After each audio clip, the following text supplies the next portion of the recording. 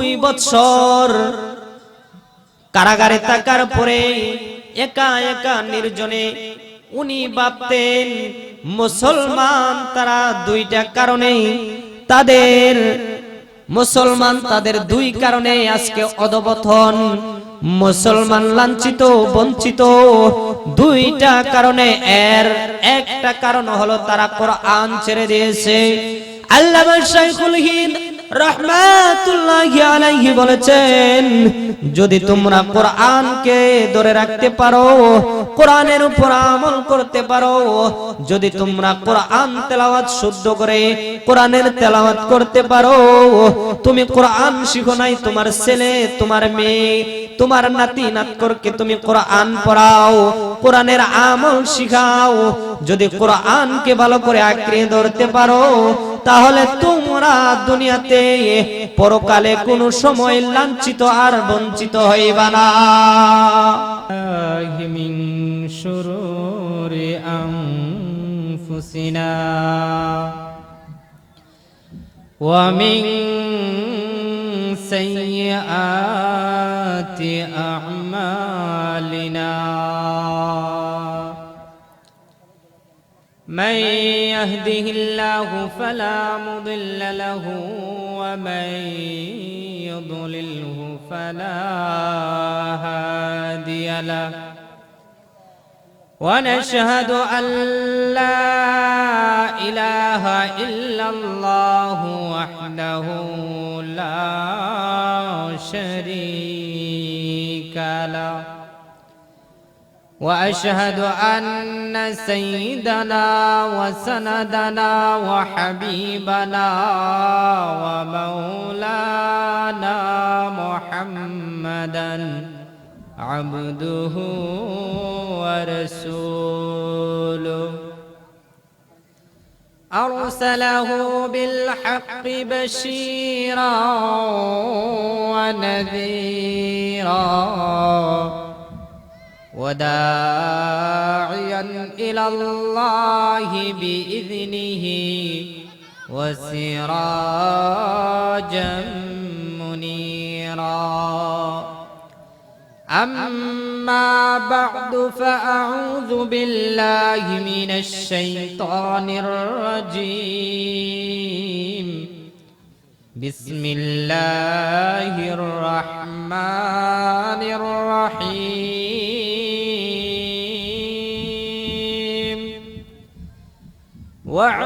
واعتصموا بحبل الله جميعا ولا تفرقوا صدق الله المولانا العظيم وصدق رسوله النبي الكريم ونحن على ذلك من الشاهدين والشاكرين والحمد لله رب العالمين. وقال رسول الله صلى الله عليه وسلم أفضل العبادة تلاوة القرآن أو كما قال عليه الصلاة والسلام. رہے میرے مسکن حوالی کعبہ بنے میرے مدفن دیار مدینہ بلغ العلا بکمالہ کشف الدجى بجمالہ حسنت جميع خصاله صلوا عليه وآله. اللهم صل وسلم دائما أبدا সম্মানিত এলাকাবাসী, দক্ষিণ লক্ষ্মীমোড়া মৌলভীপাড়া জনকল্যাণ যুব সংগঠনের উদ্যোগে আজকের এই আয়োজিত ইসলামী মহাসম্মেলনের সম্মানিত সভাপতি, উপস্থিত উলামায়ে কিরাম, দূর দূরান্ত থেকে আগত ইসলাম প্রিয় মুসলমান ভাইরা, আল্লাহ তাআলার কাছে শুকরিয়া আদায় করি যে আল্লাহ তাআলা আমাদেরকে বিভিন্ন জায়গা থেকে বিভিন্ন কাজ থেকে ফারেক করে কোরআন হাদিসের আলোচনা শোনার জন্য জান্নাতি বাগান, আপনার এই জায়গাটা গতকালও ছিল একজন না আরেকজনের ক্ষেত। যখন কোরআন হাদিসের মাজলিসের জন্য, কোরআনের আলোচনার জন্য এখানে সায়মানা টাঙ্গানো হলো, এখন থেকে এই জায়গাটা হয়ে গেছে জান্নাতের বাগান। অতএব আমরা যারা এদিক সেদিক ঘোরাফেরা করতেছি, অতি তাড়াতাড়ি আমরা মাহফিলের ভিতরে চলে আসি। আমি যে আয়াত তেলাওয়াত করেছি, আল্লাহ তৌফিক দিলে সেই আয়াতের উপর কিছু আলোচনা করব ইনশাআল্লাহ। প্রথমে আমি আয়াতের তরজমাটা করি। আল্লাহ তাআলা বলেন,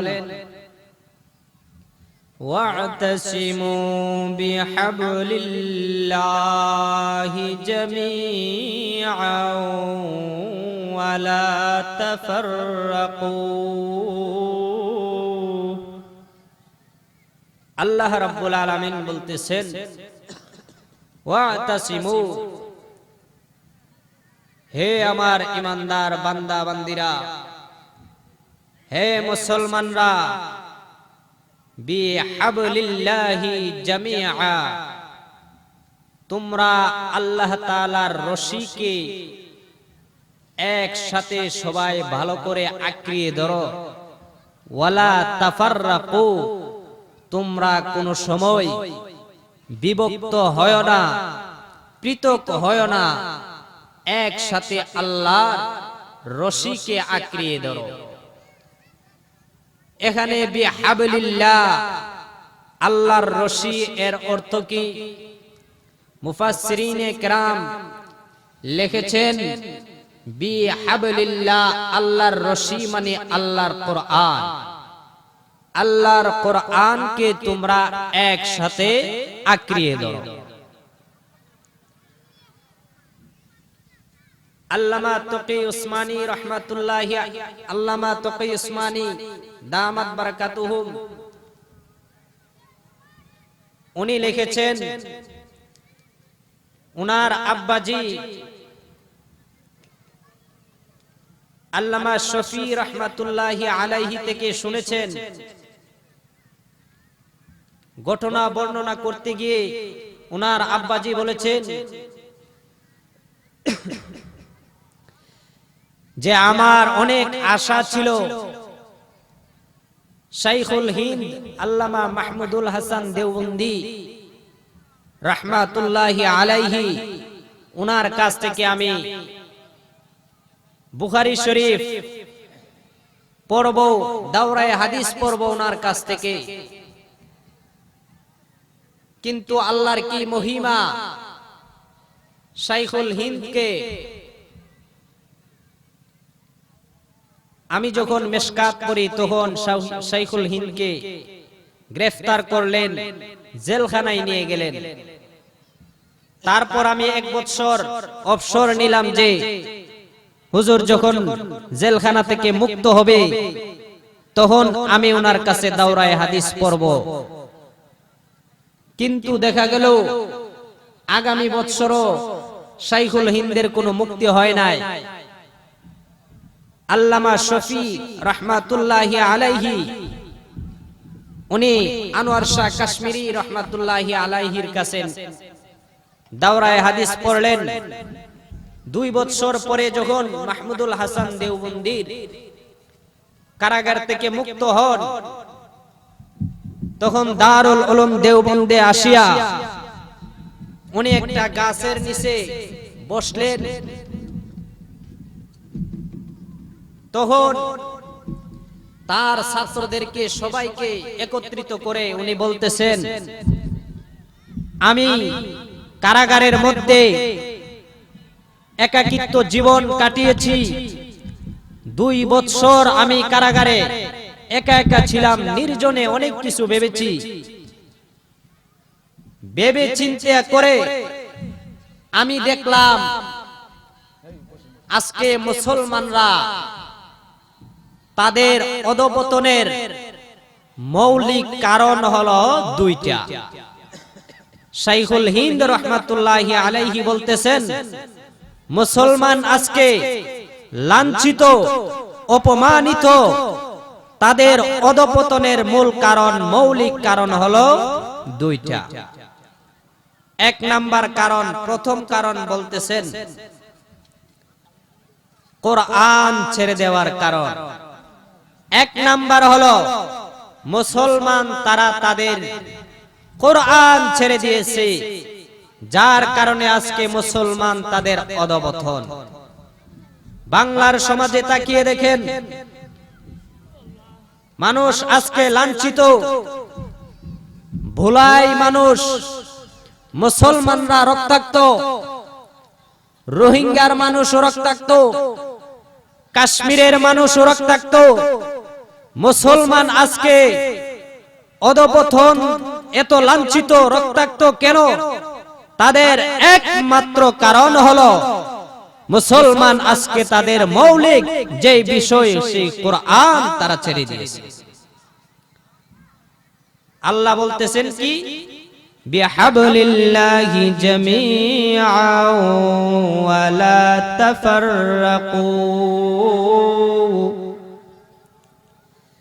আল্লাহ রাব্বুল আলামিন বলেন, হে মুসলমানরা, হে ঈমানদাররা, তোমরা সবাই একত্রিত হয়ে তোমরা আল্লাহর কোরআনকে, আমার কোরআনকে আঁকড়িয়ে ধরো।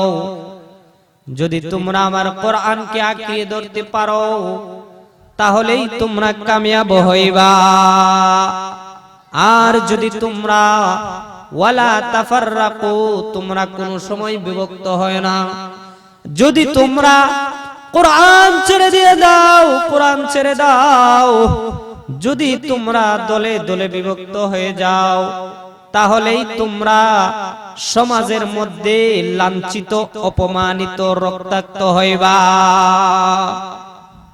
তাহলে শাইখুল হিন্দ রাহমাতুল্লাহি আলাইহি বলেন, মুসলমান তাদের অধঃপতনের একমাত্র কারণ হলো, মৌলিক কারণ 2টা, তার মধ্যে একটা হলো তারা তাদের কোরআন ছেড়ে দিয়েছে।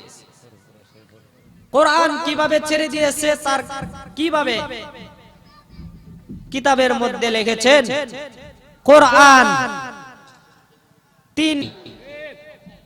তাহলে মৌলিক কারণ 1 নাম্বার কোরআন ছেড়ে দেওয়া। কোরআন ছেড়ে দেওয়ার মানে হলো কোরআনের তেলাওয়াত ছেড়ে দেওয়া। কোরআনের তেলাওয়াত বর্তমানে থাকলেও দেখা যাচ্ছে শুদ্ধ করে কোরআন তেলাওয়াত অনেকেই পড়তে পারে না। বর্তমানে তো কোরআনের বাংলা কিছু কিছু কোরআন বাহির হয়েছে, বাংলাতে লেখা আছে, কিন্তু দেখা যায় অনেক শিক্ষিত যারা বাংলা শিক্ষিত তারা কোরআন তেলাওয়াত করে, কিন্তু তাদের কোরআন শুদ্ধ হয় না। আল্লাহ তাআলা বলতেছেন, কোরআন তেলাওয়াত করো, কিভাবে করবা? সহিহ শুদ্ধ করে কোরআন তেলাওয়াত করতে হবে। 2 নাম্বার হলো কোরআনের অর্থ ছেড়ে দেওয়া। বর্তমানে এখনো অনেক আলেম আছে যারা কোরআনের সহিহ অর্থ তারা কেউ জানে না। কোরআনের অর্থ ছেড়ে দেওয়া। 3 নাম্বার হলো কোরআনের আমল ছেড়ে দেওয়া। তিন নাম্বার অর্থ হলো কোরআন জানে কিন্তু কোরআনের উপর আমল করা আজকে মুসলমানরা ছেড়ে দিয়েছে। ঠিক না বেঠিক? কোরআনে কি বলেছে? কোরআনে বলেছে নামাজ পড়ার কথা, কোরআনে বলেছে হালাল খাও, সুদ ছেড়ে দাও, কিন্তু বর্তমান সমাজে হারাম অহরহ সবাই হারাম খাচ্ছে, সুদ খাচ্ছে, ঘুষ খাচ্ছে। এগুলি কি কোরআনে খাওয়ার কথা আছে নাকি ছাড়ার কথা আছে? ছাড়ার কথা। বর্তমান সমাজে প্রত্যেকটা ঘরে ঘরে সুদের প্রচার প্রচলন আছে। ঠিক না বেটি? প্রত্যেকটা ঘরে। আগে কিছু লোক চিহ্নিত ছিল, তারা টাকা সুদের উপর লাগায়, সুদ খায়, কিন্তু বর্তমান সমাজে কোনো চিহ্নিত নাই, সবাই সুদ খায়, সবাই সুদ খায়, কারো ঘর এখন চিহ্নিত নাই। তাহলে আমরা বুঝতে পারলাম শাইখুল হিন্দ রাহমাতুল্লাহি আলাইহি 2 বছর কারাগারে থাকার পরে একা একা নির্জনে উনি ভাবতেন মুসলমান তারা দুইটা কারণে তাদের মুসলমান তাদের দুই কারণে আজকে অধঃপতন, মুসলমান লাঞ্ছিত বঞ্চিত দুইটা কারণে। এর একটা কারণ হলো তারা কোরআন ছেড়ে দিয়েছে। আল্লামা শাইখুল হিন্দ রাহমাতুল্লাহি আলাইহি বলেছেন, যদি তোমরা কোরআনকে ধরে রাখতে পারো, কোরআনের উপর আমল করতে পারো, যদি তোমরা কোরআন তেলাওয়াত শুদ্ধ করে কোরআনের তেলাওয়াত করতে পারো, তুমি কোরআন শিখো নাই, তোমার ছেলে, তোমার মেয়ে, তোমার নাতি নাতকরকে তুমি কোরআন পড়াও, কোরআনের আমল শিখাও, যদি কোরআনকে ভালো করে আঁকড়ে ধরতে পারো, তাহলে তোমরা দুনিয়াতে পরকালে কোনো সময় লাঞ্ছিত আর বঞ্চিত হইবা না। তাহলে কি করতে হবে? আমরা কোরআনকে আঁকড়ে ধরতে হবে। আমার ছেলে, আমার মেয়ে, আমার নাতি নাতকর, আজকে তাদেরকে আমরা কোরআন শিখাই, নিজে তো পড়ি নাই, আজকে তাদেরকে কোরআনের তালিম দেই, তাদেরকে কোরআন শিখাই। 2 নাম্বার কারণ আল্লামা শাইখুল হিন্দ রাহমাতুল্লাহি আলাইহি বলেন, 2 নাম্বার কারণ হলো মুসলমান তারা পারস্পরিকভাবে দলে পারস্পরিকভাবে তারা বিভক্ত হয়ে গেছে। পারস্পরিকভাবে বিভক্ত হয়ে গেছে, তারা দলাদলি সৃষ্টি করেছে, সামান্য বিষয় নিয়ে তারা দলাদলি করে। সামান্য বিষয় নিয়ে মুসলমান আজকে দলাদলি করে। হাদিসের মধ্যে আছেন আল্লাহর রাসূল বলেন, মুসলমান কিয়ামতের দিন 73টা দল হবে। কয়টা দল? 73টা। কয়টা দল? 73টা দল হবে। আল্লাহর রাসূল সাল্লাল্লাহু আলাইহি ওয়াসাল্লাম বলেন, কাল হাসরের ময়দানে মুসলমান 73টা দলে বিভক্ত হবে। তন্মধ্যে 72টা দল জাহান্নামী, একটা দল জান্নাতি। সেই দলটার নাম হলো আহলে সুন্নাত ওয়াল জামাত। সেই দলটার নাম আহলে সুন্নাত ওয়াল জামাত। মুসলমান তারা দলে দলে বিভক্ত হয়ে যাবে। কিভাবে বিভক্ত হবে? সামান্য বিষয় নিয়ে, কোনো ফরজ না। এই পর্যন্ত দেখছেন কেউ 5 ওয়াক্ত নামাজ ফরজ, এই ফরজ নিয়ে কেউ দ্বন্দ্ব করেছে? কোন মুসলমান বলেছে 3 ওয়াক্ত নামাজ ফরজ, আর কিছু মুসলমান বলেছে 5 ওয়াক্ত নামাজ ফরজ, এই নিয়ে কেউ দ্বন্দ্ব হয়েছে?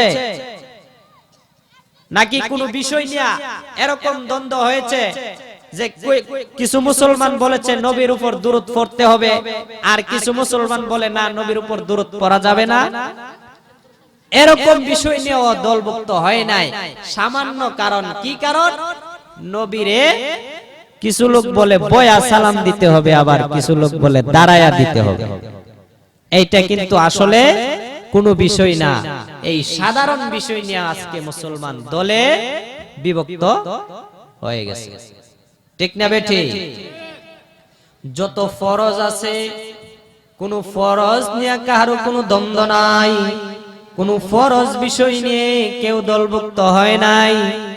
বর্তমান সমাজে মুসলমান তারা দলভুক্ত হয়েছে একমাত্র নফল বিষয়াদি নিয়ে। মাত্র নফল একটা জিনিস পড়লে সওয়াব আছে, না পড়লে কোনো গুনাহ নাই। সেই নফল নিয়ে আজকে মুসলমান বিভিন্নভাবে দলভুক্ত হয়ে গেছেন।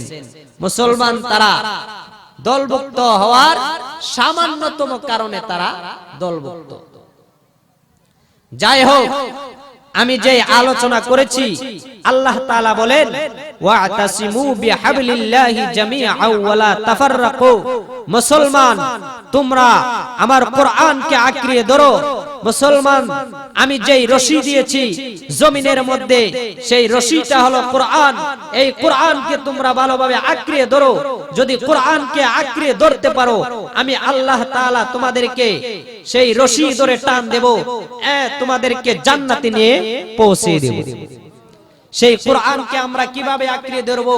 শাইখুল হিন্দ বলেছেন, কোরআনের তেলাওয়াত করো, কোরআনের আমল করো, কোরআনে যে আদেশ নিষেধ আছে সেই আদেশ নিষেধের উপর আমল করো, কোরআনের অর্থ বুঝো।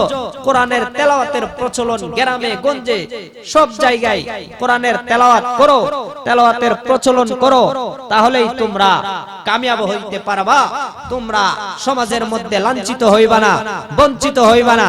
দুনিয়ার সমাজে দুনিয়াতে সুনামের সহিত থাকবা, জান্নাতে কাল হাসরের ময়দানে আল্লাহ তাআলার জান্নাত পাইবা।